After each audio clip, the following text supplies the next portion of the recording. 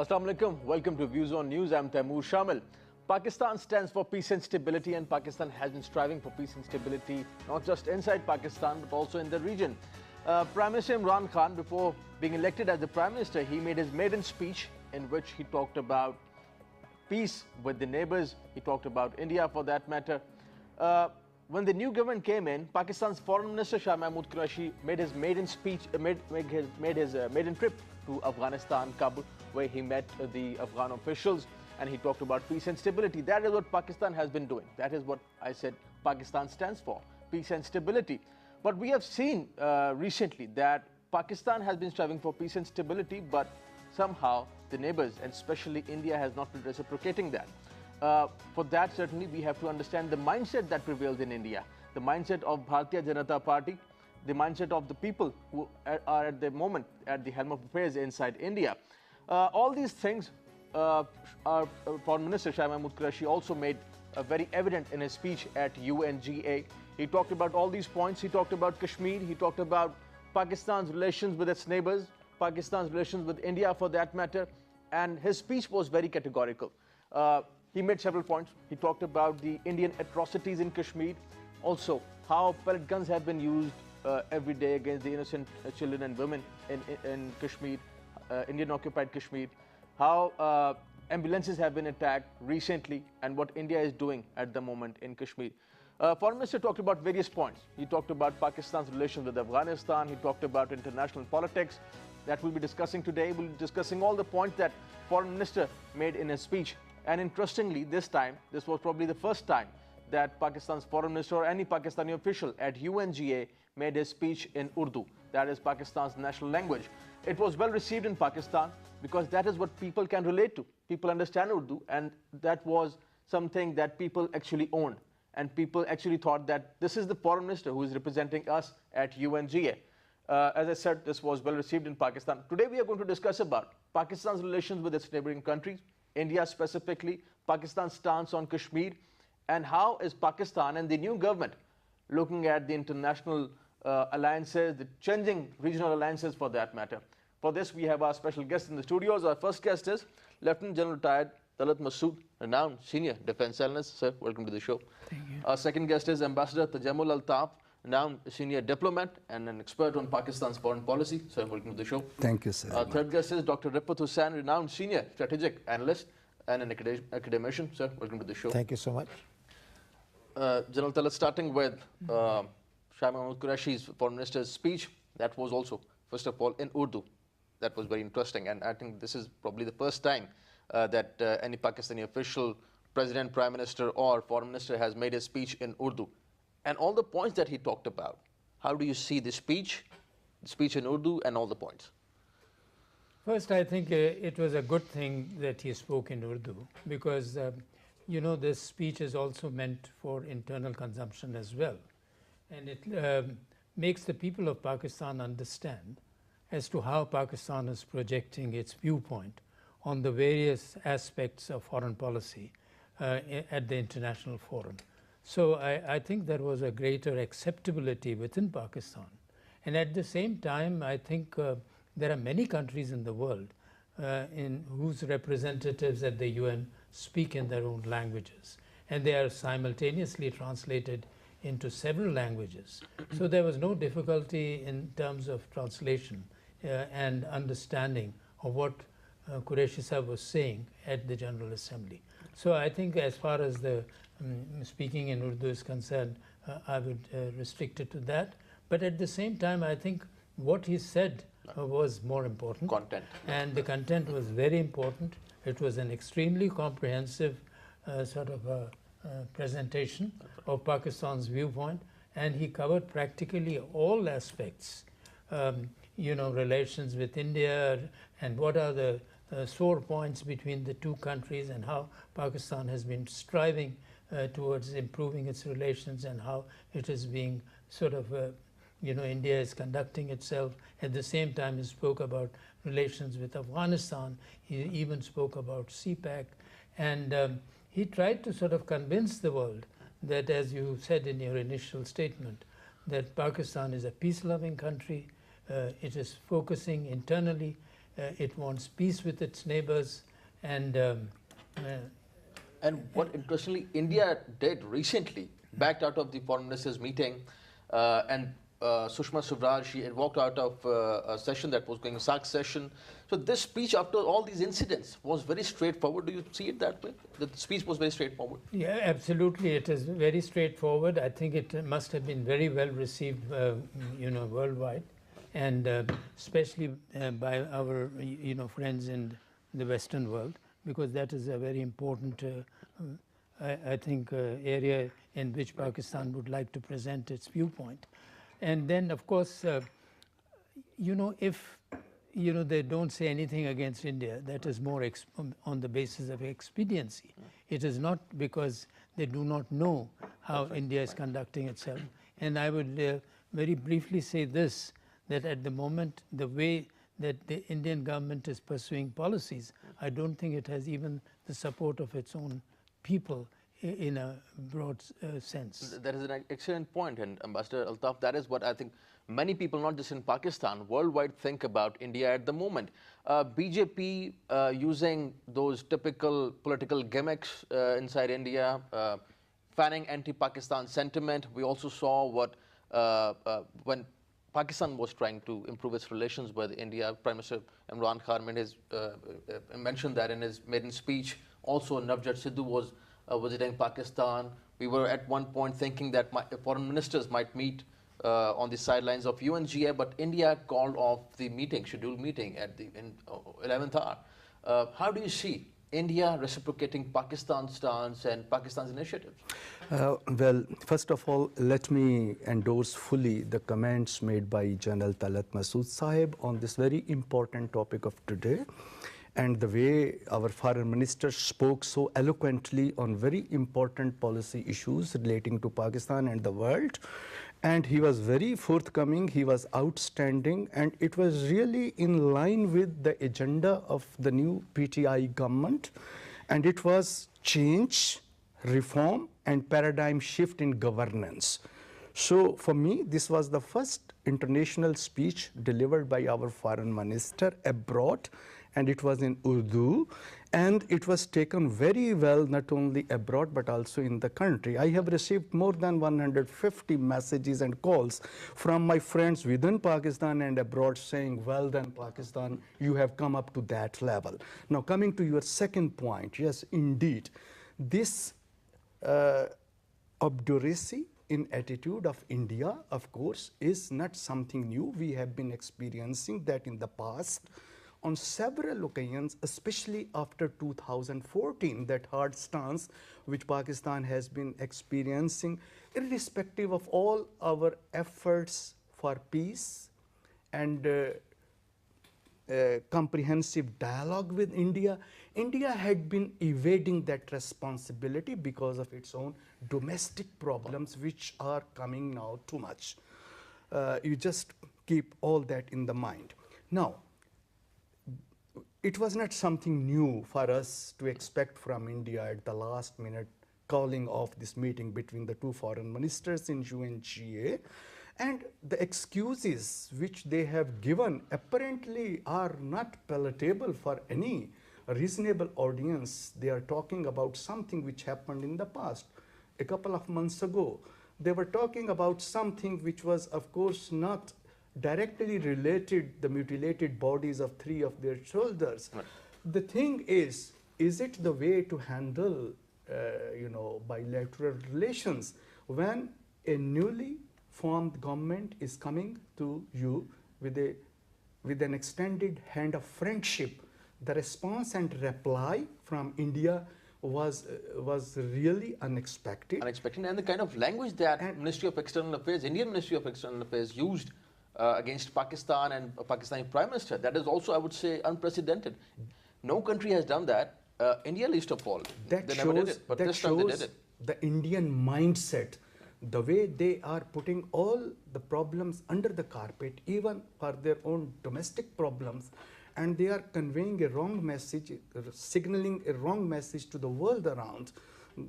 The way, look at Pakistan, they are coming up with sincere effort, which was made by the government, and it was immediately rejected on flimsy grounds. And this was also sort of a drama that BJP has been doing for the political consumption, as you said earlier. Dr. Hussain, talking about what India is doing, what BJP is doing, many experts are of the view that Pakistan's stance was mature. Our answer to Ministry of External Affairs, Indian Ministry of External Affairs, the way Foreign Office responded to that, the way ISPR, for that matter, responded to General Bipin Rawan's statements against Pakistan. Pakistan's response to India, how do you see it? And what are now the options for Pakistan? How should we go about our relations with India? Well, when our Foreign Minister spoke before the UNGA General Assembly, he was making a policy statement for the new government. At the same time, he was also responding to the Indian provocation which they had made by leveling baseless allegations against Pakistan, and in which they had accused Pakistan of promoting terrorism and using state terrorism as an instrument of their policy. That is the Indian charge. So Shah Mahmood Qureshi, if he would have let that charge pass, it would not have looked good for Pakistan. So it was imperative that when his turn came up, he not only responded to the Indian baseless allegation very effectively, but also pointed out that the real source of peace, threat to peace and security in South Asia was the Indian intransigence, Indian attitude, and Indian atrocities in the occupied Kashmir. And he catalogued everything.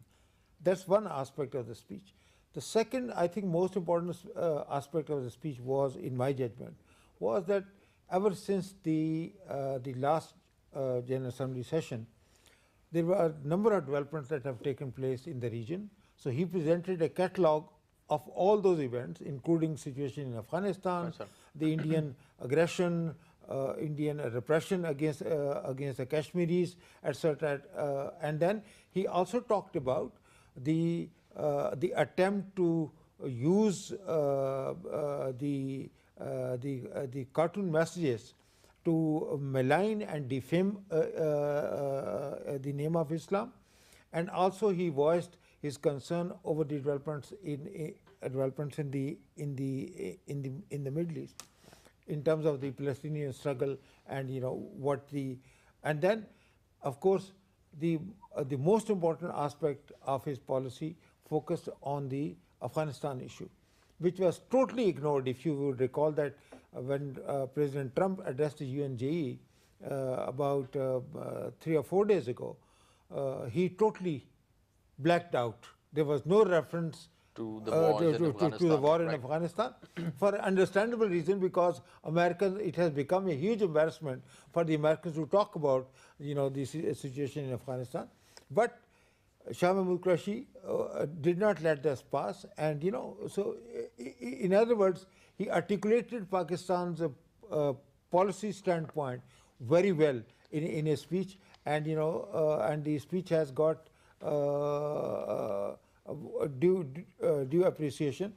Right. However, I would like to make one correction, that this is not correct to say that this is for the first time that a foreign minister has spoken to the UN General Assembly. In fact, the first time was done by General Ziaul Haq when he delivered his speech in Urdu.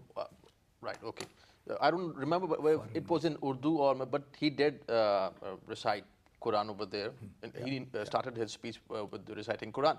But General Talat, talking about terror attacks inside Pakistan, talking about the security situation in the region, Foreign Minister, in his speech, he categorically said that terror attacks in Pakistan are backed by India. Pakistan has been talking about it, but not perhaps as vocally as this time Pakistan talked about terrorism and India backing terrorism at the platform like this, international platform like UNGA. So now the stance that Pakistan has taken, that Pakistan would expose India and India's designs in the region, that India has been backing and financing terrorist organizations like TTP and Jamaatul Ahrar. This stance, how do you see it? Well, I think again it was very necessary, because India, on the other hand, has been trying to project to the world that Pakistan is the one which has been trying to spread terrorism. So I think it was extremely important to show the real face of India and to give specific examples as to how India is propagating terrorism within Pakistan. And, the case of this naval officer, Kulbhushan Yadav, he was here, right?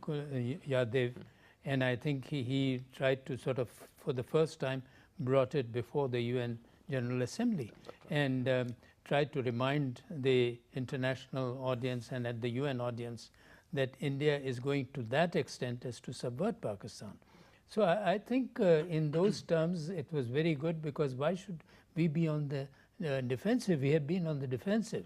So this time Shah Mohammad Qureshi changed the strategy and tried to project India on its face value and to show that the way that India is trying to undermine Pakistan's security and stability.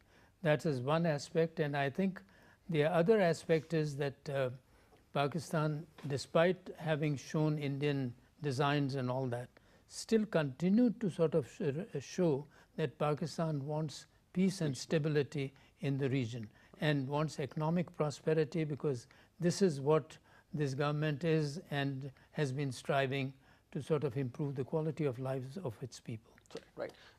Ambassador Altaf, when Foreign Minister brought up this point of India backing terrorist organizations like, he didn't categorically say perhaps TTP or Jamaat-ul Ahrar, but that India has been backing those terrorist organizations and Kulbhushan Yadav and these people. This also brings in the debate about Afghanistan, security situation in the region, and perhaps this was also a message for both India, Afghanistan, and perhaps America as well, United States, because the situation in Afghanistan, US certainly is responsible for what is happening right now in Afghanistan, the NATO forces, the Kabul government. How do you see this point of terrorism and then addressing all the issues related to it? Well, let me come back again to the speech of Foreign Minister Shah Mahmood Qureshi Sahib.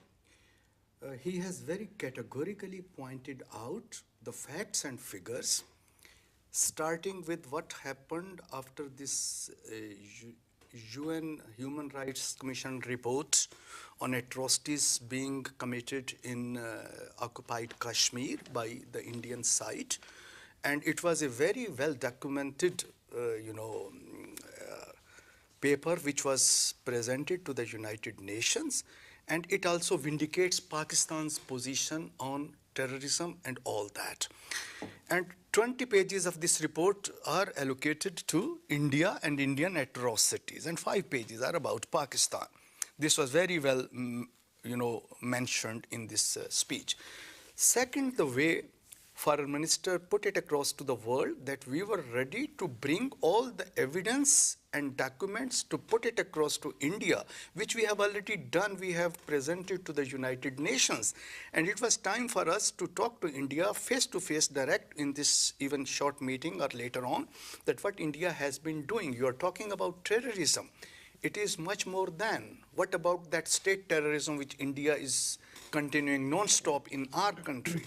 And he started with Samjhota Express, he mentioned to Mastung, incident, and he also talked about Army Public School in Peshawar. He said, we have got all those evidence and we are ready to put it to the world. And this is, if you recall, a few days before, Foreign Minister also, when he was talking to US Secretary of State Mike Pompeo, he very openly said, the situation in Afghanistan can improve only if there is some peace on our line of control. When we look at our eastern border, we are so vulnerable, and every day this violation of line of control and working boundary is taking place. And he also mentioned categorically, if there is no solution to the Kashmir dispute or whatever atrocities are being committed in occupied Kashmir, it will be hard for Pakistan even to think about playing its legitimate role in peace in Afghanistan. We are ready to do that. But the world should know, United States of America should know what India should reciprocate.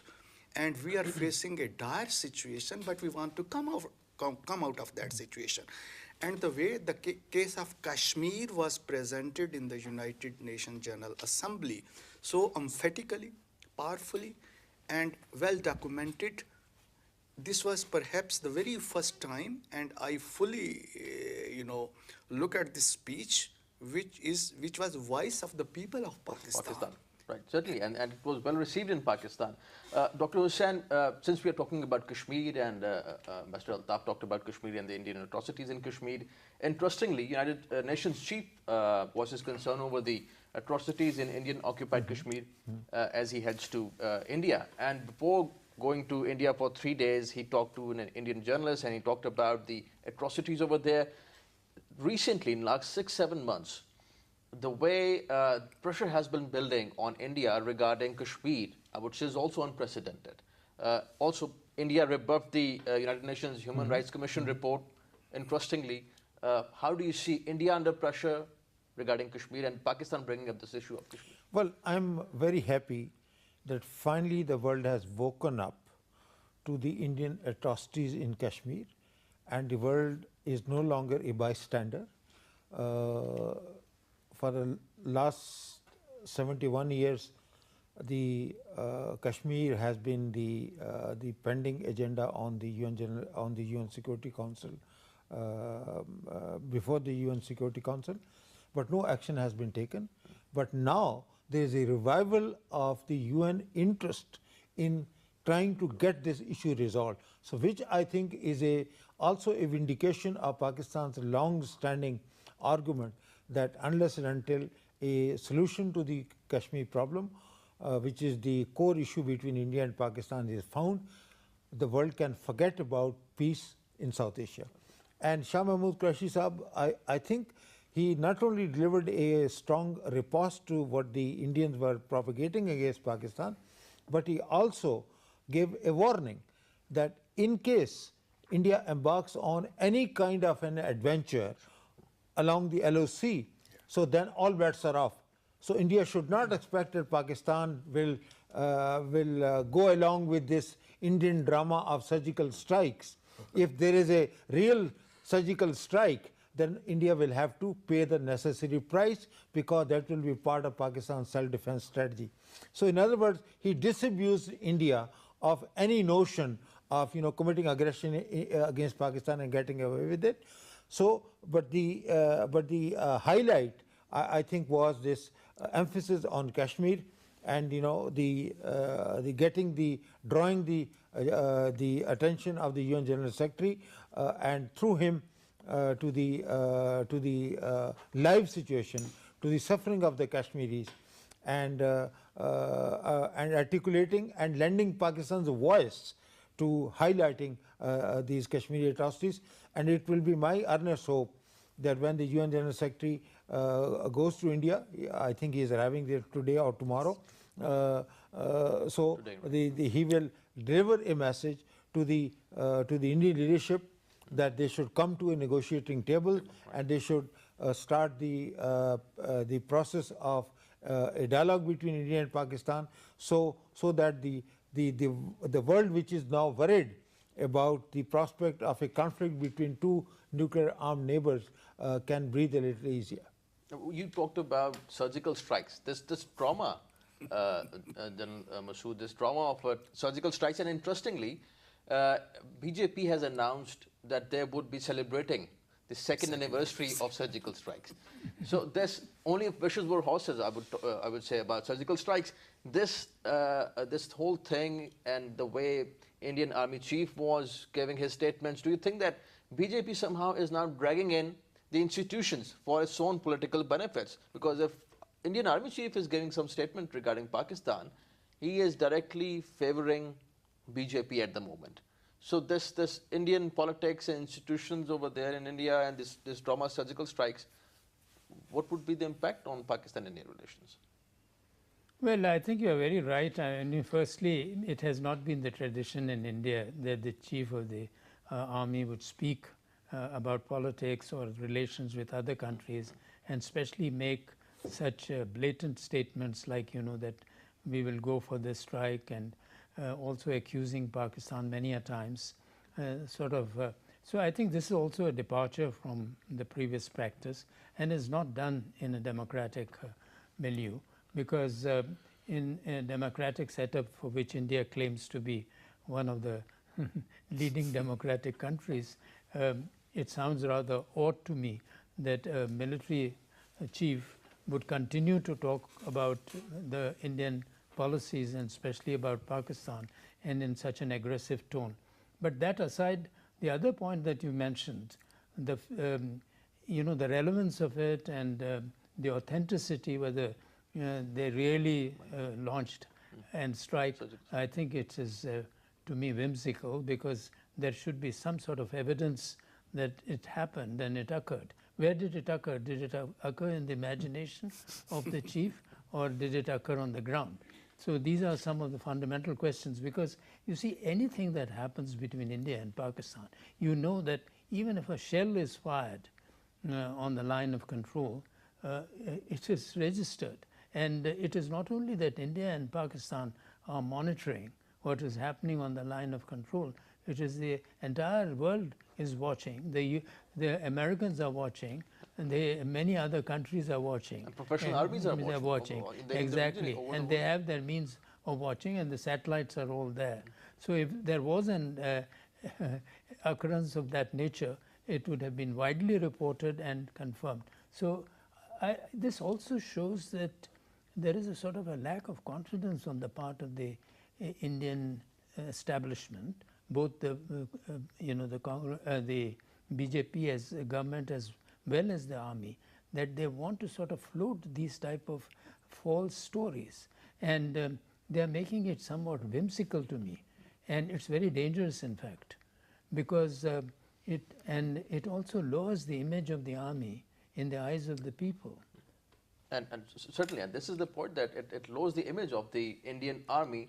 Professional armies in the region are watching all over the world, and this trauma of surgical strikes. And interestingly, the DG ISPR at that time, General Asim Bajwa, he took the national and international journalists to that place, and he asked that anybody can give me the evidence about the strikes that they think that they carried out in Pakistan, in the Azad Kashmir. Ambassador Altaf, talking about this whole thing, many people ask this question about the Indian arrogance and why India is not reciprocating what Pakistan is saying. Let's say Pakistan wants to improve relations, but India doesn't reply to that. Also, India continues its atrocities in Kashmir. Does it? Do you think it has something to do with United States, US relations with India? Because this arrogance is growing day by day. We see them more arrogant every year. Is that because of the defense pacts with the United States, the intelligence cooperation, collaboration with the United States? Because regional alliances are also changing. And analysts also see India in the US bloc somehow. Do you agree with that? Well, I have 3 points to make. Number one point, of course, I tend to fully agree with General Talat Masood on this point, that this was a false operation. Surgical strikes didn't take place. And it was again for public consumption in India. They wanted to convey a message which India has really become now used to for their own internal consumption. Second point made by Dr. Talat Hussain, the United Nations Secretary General today is in Delhi, but yesterday in an interview in New York, he categorically pointed out to India before departing the United States for his destination in Delhi that, look, I have heard to both speeches of the foreign ministers of Pakistan and India, and I fully agree that the two countries definitely need now to enter into positive dialogue. If they don't do that, it will be very difficult for them to have normal bilateral relations. Now, in a broader perspective, the point number 3, which you have mentioned, what is at the back of India's mind? This arrogance, belligerence, this hard stance, they in fact started right in 1998 when we also became a nuclear power after our nuclear tests. Since then onward, gradually, India has assumed a hard stance towards Pakistan. And recently, the way the world is passing through reconfiguration of alliances and the way United States of America is so rapidly coming close to India in terms of defense and strategic partnership, and they want to allocate a very special role to India, not only in South Asia, but in Pacific also. And it is not by default, this is by design. United States of America and India are now under 3 special arrangements. One is America's national security strategy, second is South Asia strategy, and third is Indo-Pacific strategy. In these 3 strategies, United States of America has given a very special role to India to become their next to NATO ally in defense cooperation, collaboration, exports without license like NATO countries. And this special relationship indicates that United States of America perhaps may be withdrawing physically from our region, especially Afghanistan, which is on the cards, but they are giving this special position to India to play a very important strategic defense role in our part of the world. And what is my take out of all that? In this reconfiguration of alliances, thank God we have been maintaining very close cooperative and strategic ties with our best friend China, and CPEC and BRI and One Road, One Belt. We are partner in that. And we have to really consolidate our close ties and strategic understanding with China in such a way that in this new reconfiguration of alliances, Pakistan get closer to its best allies. On the one side, this is China. Second is Russia. In between is Shanghai Cooperation Organization, all these countries which are coming closer to Pakistan, even Turkey. So we should be mindful of taking cognizance. India definitely is in an arrogant mode, and they will not come out of that easily. But the way now the international community is passing on a message to them, even Secretary General United Nations, before leaving for his next trip, and he's giving a loud and clear message, what is thinking in the international community, learn lessons from that. So I think all these are valid points. Dr. Hussain, Foreign Minister Qureshi also talked about populism and protectionism, interestingly, while he was talking about other things. How do you see these 2 points, protectionism and populism, and also keeping the big powers in the region and internationally? India, for that matter, many people think, and United States and other countries. So these 2 points, how do you see them? And the need to bring them up? I think Shah Mahmood Qureshi Sahab was reacting to the key point in Trump's speech before the UN General Assembly, in which he had said that patriotism should take precedence over globalism, and the unilateralism, forces of unilateralism should take precedence over multilateralism. So this wholesale attack on globalism, global institution, multilateralism needed to be responded to. So without taking the name of the US President, Shah Mahmood Qureshi highlighted the fact that we live in a global world. We live in an interdependent world. We may not like it, but that's the reality. But that's the reality. So I think he went out of his way to embrace the doctrine of globalization, interdependence, and and in which the issues of peace and security are interrelated. So toward the very end of his speech, he highlighted the issue of climate change, yes, the environmental change, and Millennium Development Goals, sustainable development goals, and Pakistan's commitment to an order which is based on principles of justice, equity, and and equal sharing. So he offered a vision of Pakistan which was stands in marked contrast to what Trump was trying to portray the world as. That's one. But secondly, and I think I must reiterate this point, it's very disheartening, anybody who is watching India's strategic behavior, that they are adopting all the bad habits of their new ally, which is the United States of America. For example, during the Vietnam War, there was an incident which is known as the Gulf of Tonkin incident, which never happened. but the American media invented it as the Indians are trying to invent the mythical strategic strike, and and the world believed it, and which led to a marked escalation of the American involvement in the Vietnam War.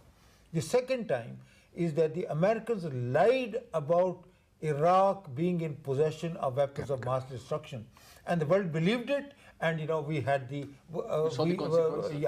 So what I'm saying is that Indians believe that they can construct a narrative, and automatically the world will believe it. But the world is much wiser, and as Jana Sahab has said, that we have intelligence agency, we have intelligence resources, not only our own resources but also the global and the regional resources honed in on what's happening in terms of the LOC violation. So anything that credible that's happening, anything which is happening in real time will automatically get noticed. But none of the independent sources have confirmed the Indian claims about strategic strikes. Right.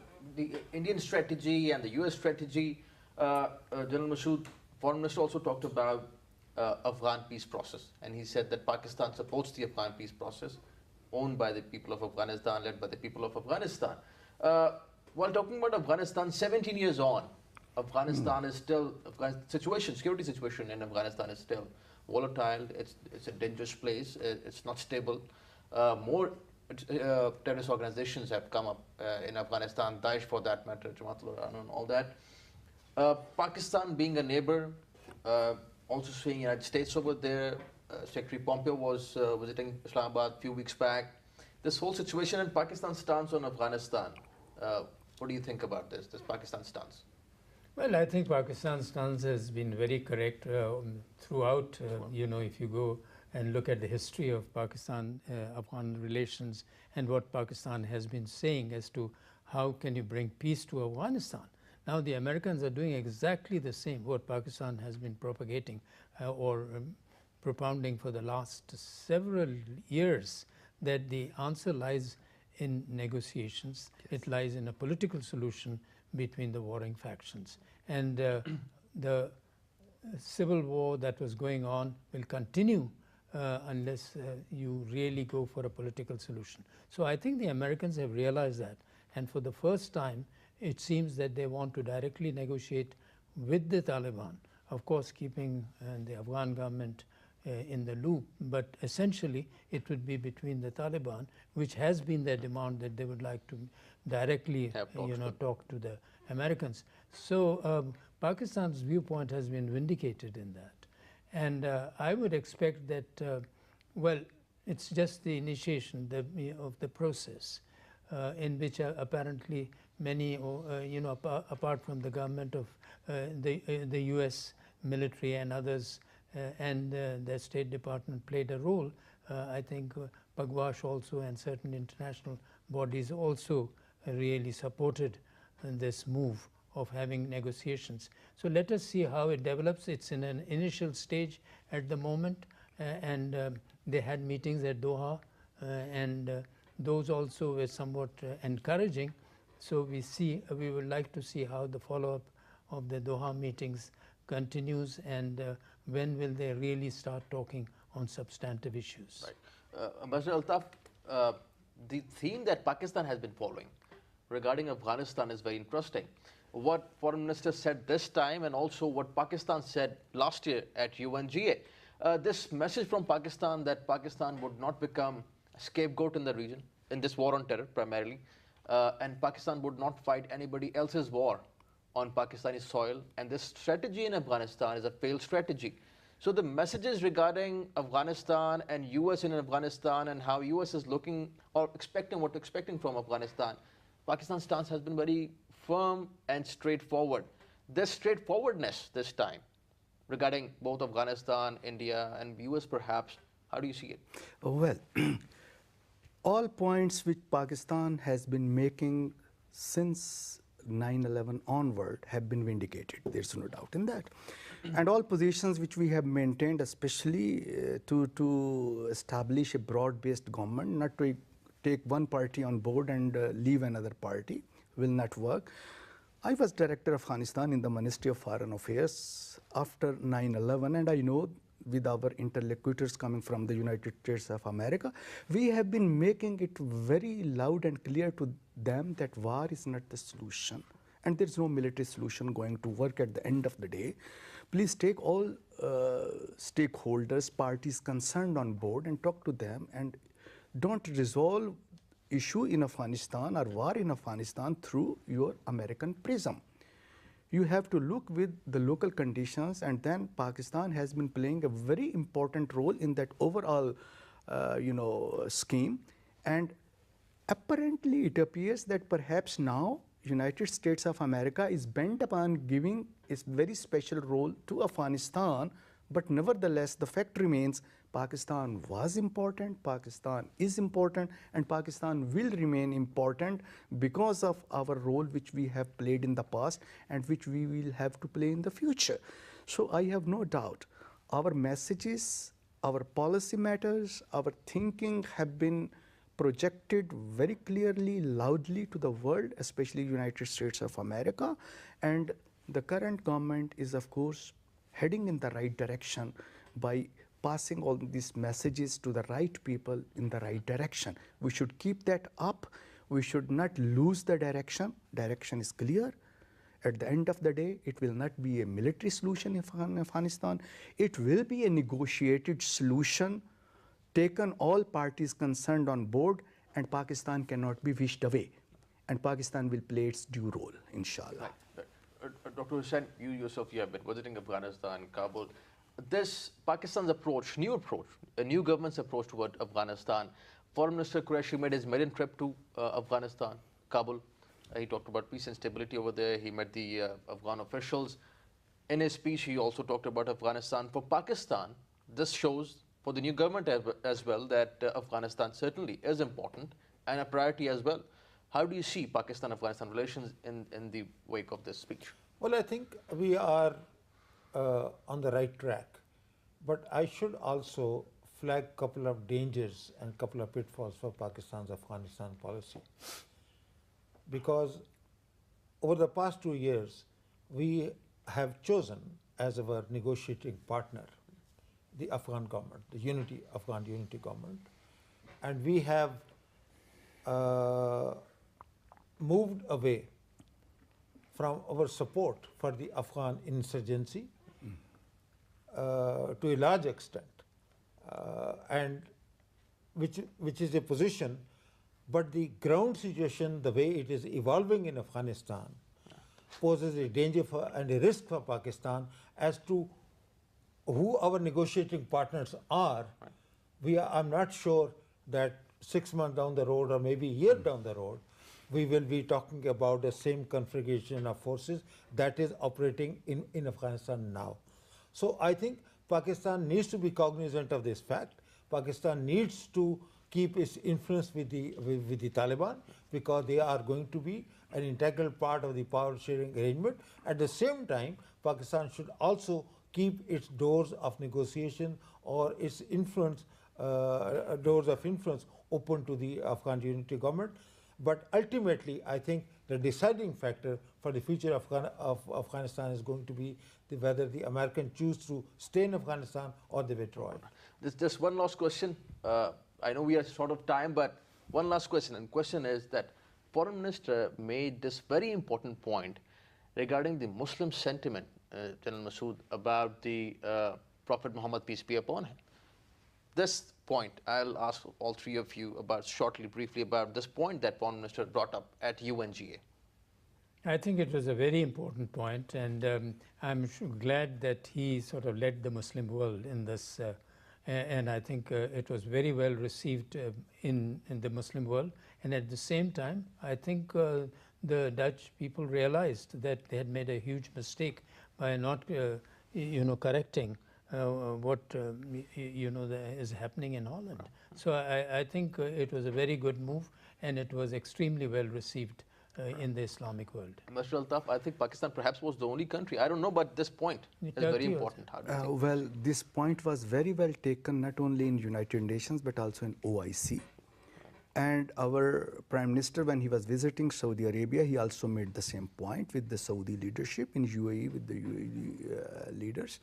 And Also in UNGA, Foreign Minister Shah Mahmood Qureshi also raised the same point that we will be now, from now onward, in touch with all the stakeholders, especially the OIC member countries, to look at this very serious issue, which of course is igniting more divide within the communities, the civilizations, and we should not allow that, because a small spark can create huge fire, and we don't want to have that sort of situation arising out of that sort of sensitive issues, caricatures of the Holy Prophet Muhammad, peace be upon him.